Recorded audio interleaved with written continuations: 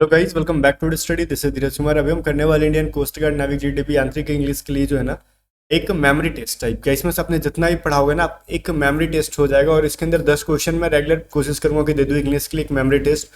अगर 10 में से आपने 10 बना दिया ना, बहुत ही मतलब बेसिक टू आपका कह लो, जो भी है समझ लो, इस तरीके का होगा कि जैसे एग्जाम में दिया जाता है।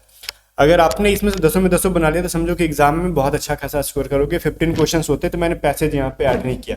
इसको कंटिन्यू करते, बट इसको कंटिन्यू करने से पहले एक बार मैं आपको याद दिला दूंगा, अगर आपने हमारा रीजनिंग का टॉप 500 क्वेश्चंस का पीडीएफ लेके अभी तक नहीं बनाया है तो फिर अब देर मत करो। एग्जाम में टाइम ज़्यादा नहीं है, आप इसको लो, व्हाट्सअप करो और बनाओ, क्योंकि पूरे चैप्टर वाइज आपको ना कोई नहीं देगा जितना हमने बेस्ट तरीके से तैयार करके दिया है यहाँ पे। और आपको भी पता है कि मैंने खुद Indian coast guard assistant commandant का एग्जाम ऑलरेडी क्लियर कर रखा है, तो हमको पूरा आइडिया है कि सभी एग्जाम में कैसे कैसे क्वेश्चन आते हैं। चाहे वो रीजनिंग का है, इवन वो साइंस के टॉप 500 क्वेश्चन है, ठीक है, सेक्शन 1 के लिए, चाहे वो मैथमेटिक्स सेक्शन 1 का, देखो हमने कंप्लीटली तैयार किया। और आपको भी पता है ना कि मैं किसी भी एग्जाम में बैठता हूँ तो साइंस, रीजनिंग और इंग्लिश, मैथ, इन सब चीज़ को तो पकड़ के फोड़ देता हूँ बढ़िया से।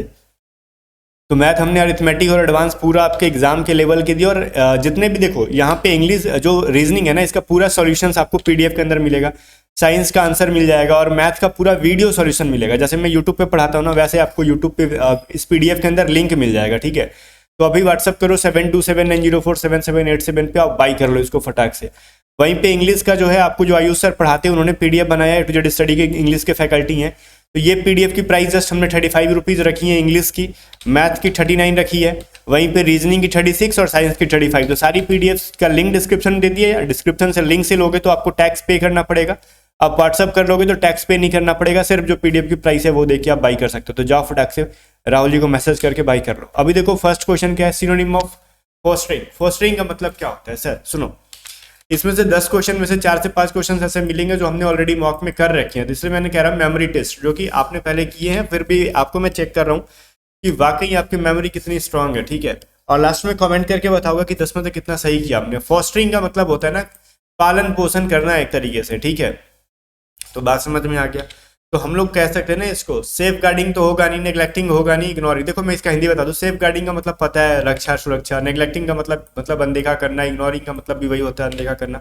नर्चरिंग पालन पोषण करना। ऑप्शन नंबर डी जो है बिल्कुल भी इसका करेक्ट आंसर है, ठीक है। तो इस बेसिस पे हम कह सकते हैं कि करेक्ट आंसर क्या हो जाएगा, ऑप्शन नंबर डी हो जाएगा।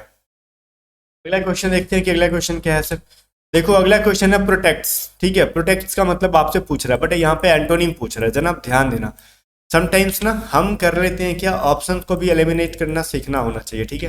अगर सबका हिंदी पता हो तो, अदरवाइज आप रट्टा मार रहे हो। प्रोटेक्ट का मतलब रक्षा करना होता है, तो फिर रक्षा का मतलब कर रहे हो किसी को आप मतलब हानि पहुंचा रहे हो, या फिर आप किसी की डिफिकल्टीज में छोड़ दे रहे हो, तो उसका एंटोनिम हो जाएगा।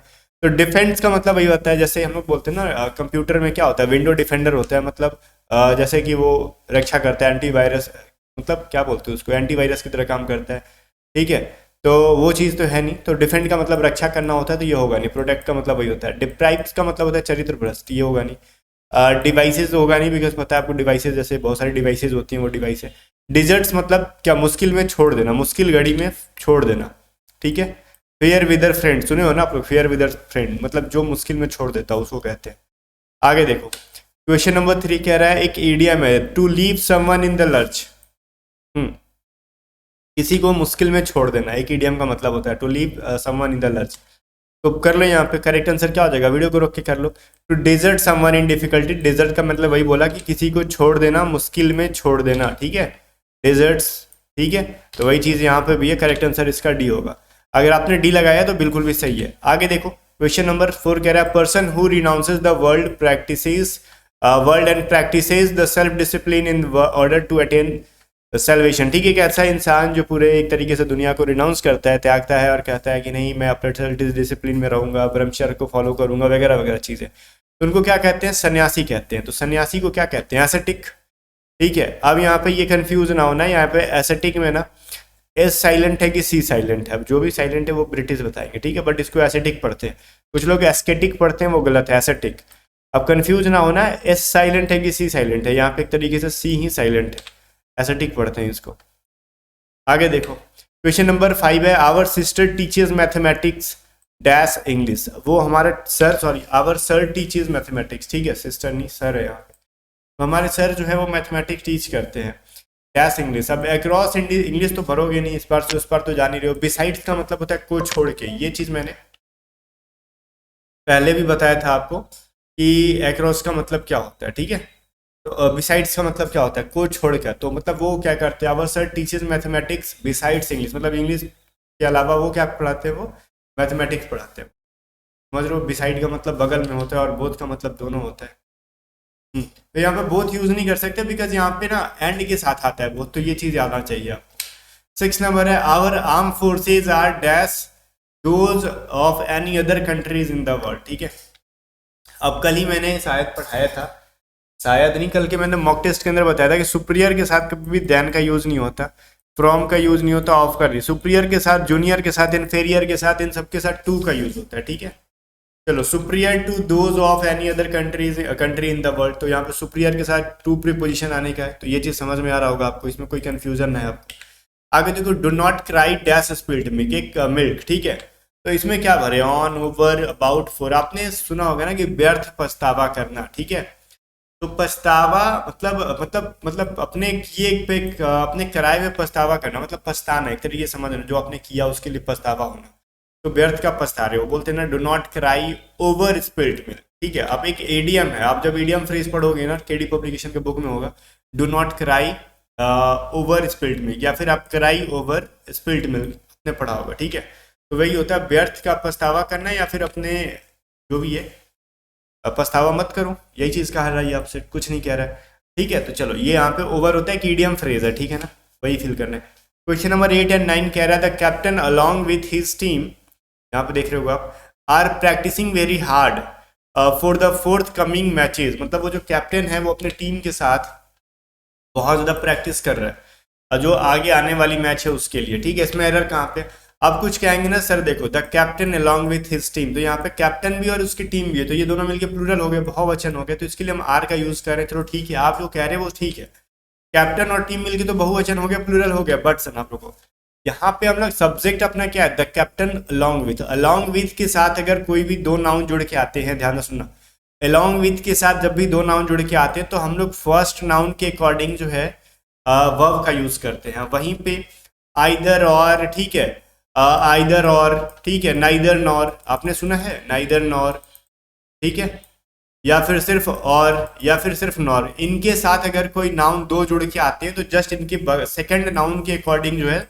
वर्ब आता है, तो ये चीज आपको पता होना चाहिए। तो अलॉन्ग विथ के पहले क्या, द कैप्टन, और कैप्टन यहाँ पे अपना सब्जेक्ट है, तो कैप्टन सिंगुलर है, तो यहाँ पे आर के जगह पे क्या होगा, इज का यूज होगा, ठीक है। तो यहाँ पे इज होगा, आर नहीं होगा।